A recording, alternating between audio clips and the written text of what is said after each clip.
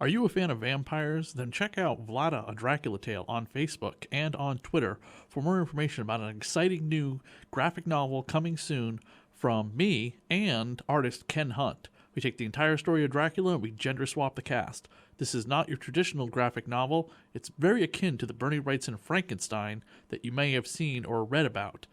Amazing black and white illustrations and covers by Ken Hunt, as well as by Tim Vigil, Kara Nicole, and many others contributing to this amazing project. Keep an eye on the Vlada, a Dracula Tale, Facebook and Twitter for more information about the exciting Kickstarter coming late October.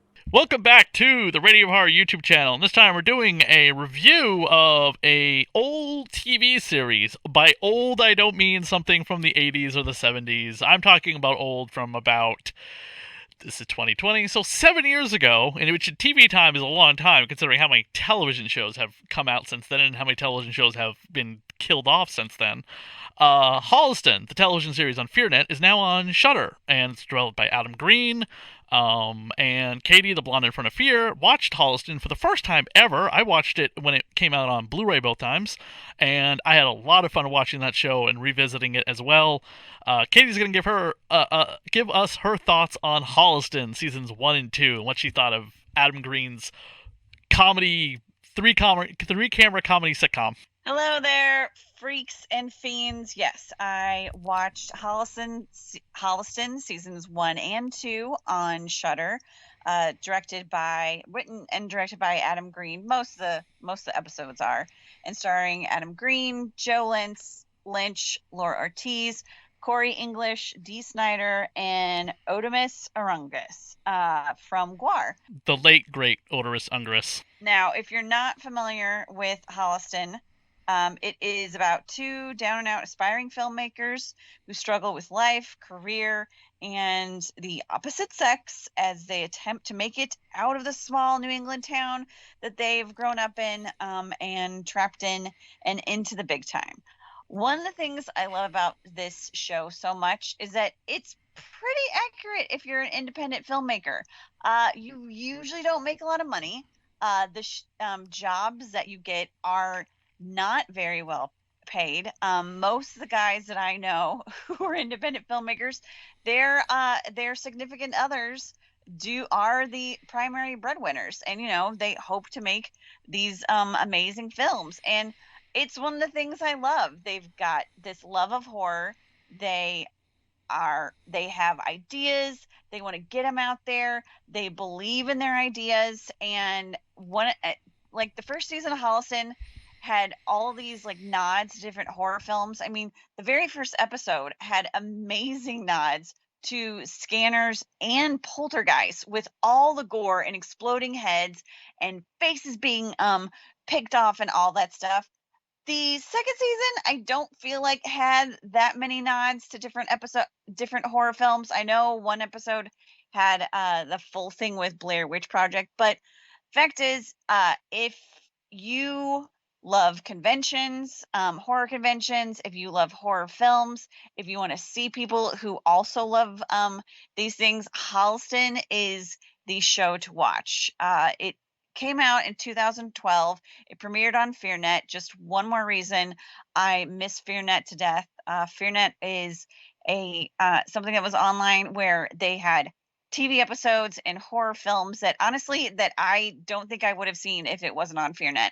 Unfortunately, it went away, and so did Holliston. They actually got picked up for a third season from where Fearnet, whatever company picked up all the stuff from Fearnet, but then that company also went down the drain. So there's only two seasons. Season 1 has 6 episodes that are about 40 minutes each, and then season 2 has 11 episodes that are 22 minutes each. But I mean, the guests that they have on Holliston are freaking impressive. I mean, Danielle Harris, Kane Hodder, Seth Green, Colton Dunn, Tony Todd, Bill Moseley, Derek Mears, John Landis, David Naughton, Darren Lynn Bozeman, Ray Wise, and the late, great Sid Haig. It's, I don't know, the 2 episodes that actually are my favorite. One is from season 1, which is Weekend of Horrors, and the other one is season 2, which is Blobby. I I mean, I binged both seasons like within a day. I know they've been talking about having a season 3 even now. I say do it. Joe and Adam are still doing their podcast. And I mean, they're more popular than ever as directors. I mean, their movies are becoming huge, which phenomenal casts and budgets. And I really hope there's a season 3. Like, bring it. This was funny. The acting, honestly, is better acting that I see in a lot of films right now, big budget or small. So please, whoever is out there, bring back Holliston. This was real. This was fun. And again, I mean, maybe it's because obviously, you haven't been able to go out or go to conventions and stuff like that. But this is the kind of thing that when you're stuck at home, that this is the show to watch. So binge it. You won't, if you love horror, if you love horror conventions, if you love all that stuff. Holliston had, of course, roots here in where I live. I live in Framingham, Massachusetts, where we record this, where I record Radio of Horror, where I record all the podcasts I do, and Holliston is a hop, skip, and jump away from me. And I've been to the town of Holliston several times, and of course I went there a little bit more when the TV show was out to be like, ooh, what was actually filmed outside? Not a lot, obviously, but Adam Green is, came from Holliston, and of course the convenience store and the restaurant that he goes to in the TV series, that's all there, in the woods and the cemetery and things like that. So all those nods I absolutely love. When they mentioned Rock and Shock, which is a horror convention where they met John Landis, and Kane Hodder punches him out for calling him a pussy at the beginning of the episode. Hey, I heard what you said about me at the beginning of the episode. Get down with here with your bitch. That was pretty funny. But that's not what Rock and Shock looks like at all. That was such raggedy. That was hilarious. Considering I've been to Rock and Shock every single year, and I launched Radio of Horror from it. That was hilarious how they did the whole Rock and Shock thing. My favorite episode is the one where Danielle Harris is like a complete psychopath, and she puts on her Jamie Lloyd costume when she was 10 years old, and she wants to fuck Adam Green in a Michael Myers mask, which is her uncle. The meta ridiculousness of the fact that she wants to wear her 10-year-old girl costume and fuck her uncle is hilarious. And then Kane Hodder wants to jump in on the whatever, and he starts mentioning this time that him and Daniel Harris were in this orgy with like Dee Wallace and the guy from The Hills Have Eyes and Sid Haig. And Adam Green is freaking the fuck out.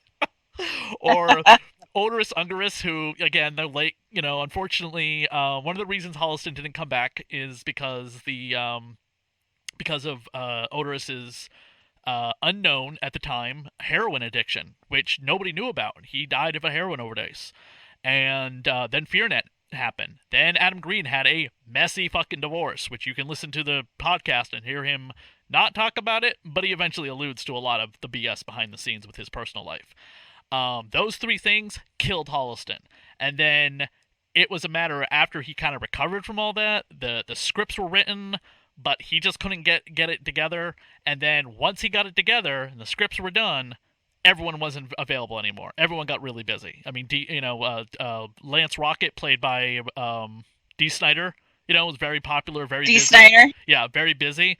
I've talked to him at conventions. He's like, I would love to have Holliston come back. It's just a matter of everyone's schedule working together and stuff like that. So there's 2 Holliston comic books out, by the way, by Source Point Press that you can pick up. They're spiritual sequels to the show. There was also an episode of the Movie Crypt where they did a Holliston kind of reenactment play. That was a lot of fun. And on the Holliston Blu-ray at Rock and Shock, they did a episode of Holliston that was not aired. It was an episode where the gang gets trapped in a convenience store by a robber. And Derek Mears is in it. He plays the cop once again. And Sid Haig shows up in the skit, and they had a couple members from the audience come in to play other characters in the skit. But everyone played their own character in this little drama play at Rock and Shock, which is a lot of fun. And again, you can probably catch it on YouTube, but it's on the Blu-rays. The one of the funniest things is when Odorous tells Adam to have sex with the 10 out of 10 girl because like a chud like him will never get a 10 out of 10 girl again. And it gets all dark with the music and the darkness around Oderus when he's tired of Adam's like mopey, whiny attitude. And Katie, did you absolutely love that we never ever see Joe's bedroom, but there's some seriously weird shit going on in his bedroom? Oh yeah, like the floating head that Laura like raises her arms to and just walks in like a zombie. I love it. Yeah. There's always stuff that's going on in Joe's bedroom. And I mean, you know, it's good not to see it. You know, leave it to your imagination. And also it helps that you don't have to pay for that set design. Right. There that was one of the great thing I loved about Holliston. I think it's definitely in season 2. No, okay, I can't remember. But the sight gag that really grabs me is when Adam comes out to like watch, wants to grab a movie, but he keeps interrupting Joe and Laura's date. And Laura Ortiz is the little girl Red from the Hills Have Eyes remake. Yep. And Corey English, who plays, you know, Adam's on again, off again love interest of the entire series. She is a pretty prominent country singer.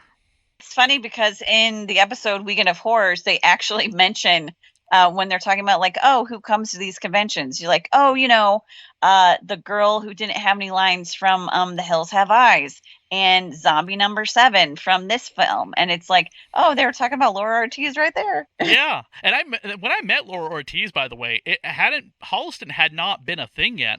It was like 2010 at Rock and Shock, and she was like completely alone at her table, like 2010, 2011. And she was like completely alone doing nothing at her table. Like nobody came up to see her, but I remembered her from playing Red in I was shocked to find out that she was Red in The Hills Have Eyes, because I had just watched The Hills Have Eyes. So I had a really nice, like, great conversation with her. And then after Holliston, you couldn't get people away from her table if you tried.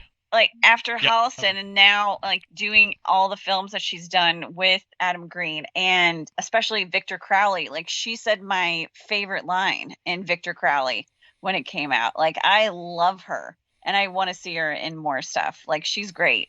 Yeah, me too. I almost had a chance to have her on Radio of Horror, but we weren't able to make it work with the schedule, and I ended up getting somebody else that the manager had, which was pretty nice.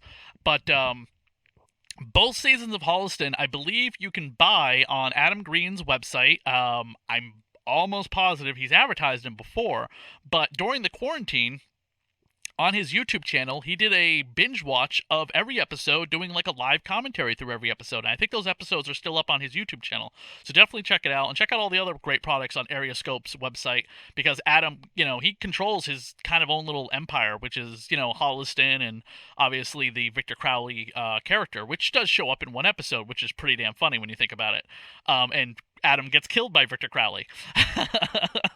And Holliston is well, still and now in a lot of the episodes. What? Katie, I lost you.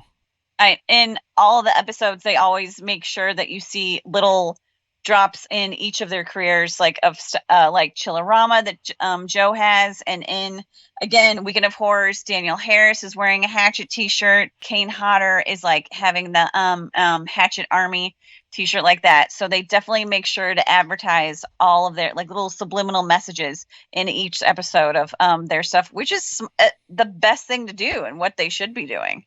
Check out the rest of the reviews here on the Radio of Horror YouTube channel. Check out Katie's reviews over on her Facebook page, the Blonde Facebook page. That is kind of funny. Facebook page, The Blonde in Front of Fear, and check back with us in a week or two for another exciting review from the Radio Horror YouTube channel and The Blonde in Front of Fear.